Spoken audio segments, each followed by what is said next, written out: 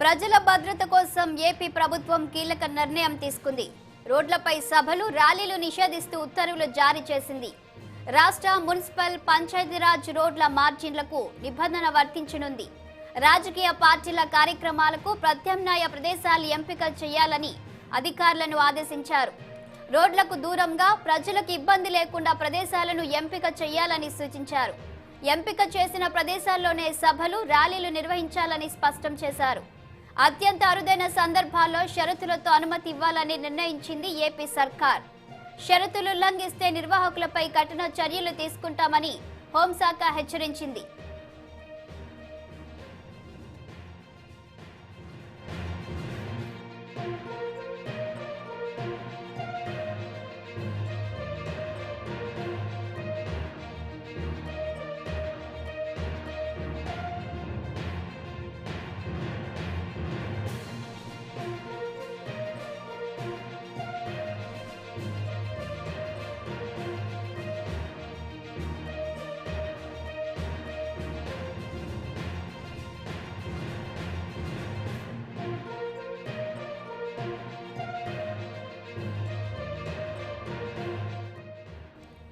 ప్రజల భద్రత కోసం ఏపీ ప్రభుత్వం కీలక నిర్ణయం తీసుకుంది. రోడ్లపై సభలు, ర్యాలీలు నిషేధిస్తూ ఉత్తర్వులు జారీ చేసింది. రాష్ట్ర మున్సిపల్ పంచాయతీరాజ్ రోడ్ల మార్జిన్లకు నిబంధన వర్తించనుంది. రాజకీయ పార్టీల కార్యక్రమాలకు ప్రత్యామ్నాయ ప్రదేశాలు ఎంపిక చేయాలని అధికారులను ఆదేశించారు. రోడ్లకు దూరంగా ప్రజలకు ఇబ్బంది లేకుండా ప్రదేశాలను ఎంపిక చేయాలని సూచించారు. ఎంపిక చేసిన ప్రదేశాల్లోనే సభలు, ర్యాలీలు నిర్వహించాలని స్పష్టం చేశారు. అత్యంత అరుదైన సందర్భాల్లో షరతులతో అనుమతి ఇవ్వాలని నిర్ణయించింది ఏపీ సర్కార్. షరతులు ఉల్లంఘిస్తే నిర్వాహకులపై కఠిన చర్యలు తీసుకుంటామని హోంశాఖ హెచ్చరించింది. ఇక ఇదే అంశంపై మరింత సమాచారం మా ప్రతినిధి కృష్ణ ఫోన్ లైన్ లో అందిస్తారు.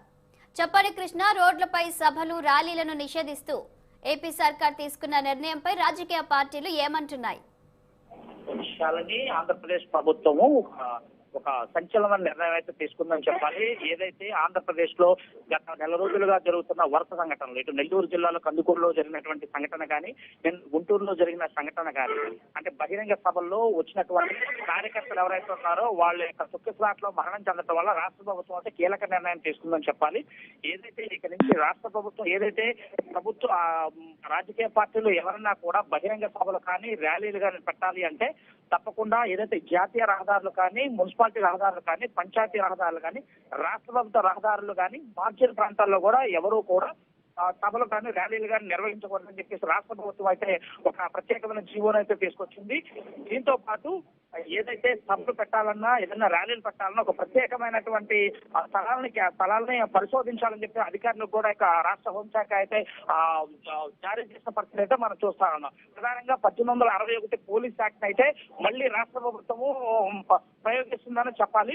ఏదైతే ఈ యొక్క ఏదైతే రాష్ట్ర ప్రభుత్వం తీసుకొచ్చిన జీవోను మనం చూసుకున్నట్లయితే ఒక ఏదైతే ప్రధానమైనటువంటి తెలుగుదేశం పార్టీ నుంచి లోకేష్ బాబు ఇప్పటికే జనవరి 27వ తారీఖు నుంచి ఒక పాదయాత్ర అయితే ప్రారంభించారు. దాంతో పాటు పండుగ తర్వాత, సంక్రాంతి తర్వాత పవన్ కళ్యాణ్ కూడా బస్ యాత్ర ప్రారంభించారు. ఈ రెండింటిని దృష్టిలో పెట్టుకుని రాష్ట్ర ప్రభుత్వం అయితే ఈ నిర్ణయం తీసుకుందని చెప్పి రాష్ట్ర రాజకీయ నాయకులంతా కూడా తీవ్రంగా అయితే దుమ్మెత్తు పోస్తున్న పరిస్థితి మనకు తెలుస్తుంది.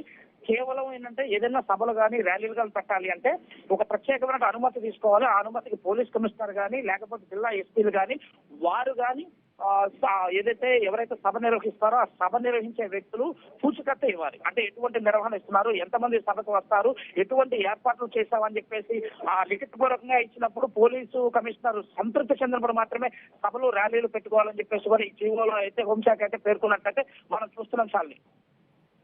Thank you Krishna, thank you for the updates.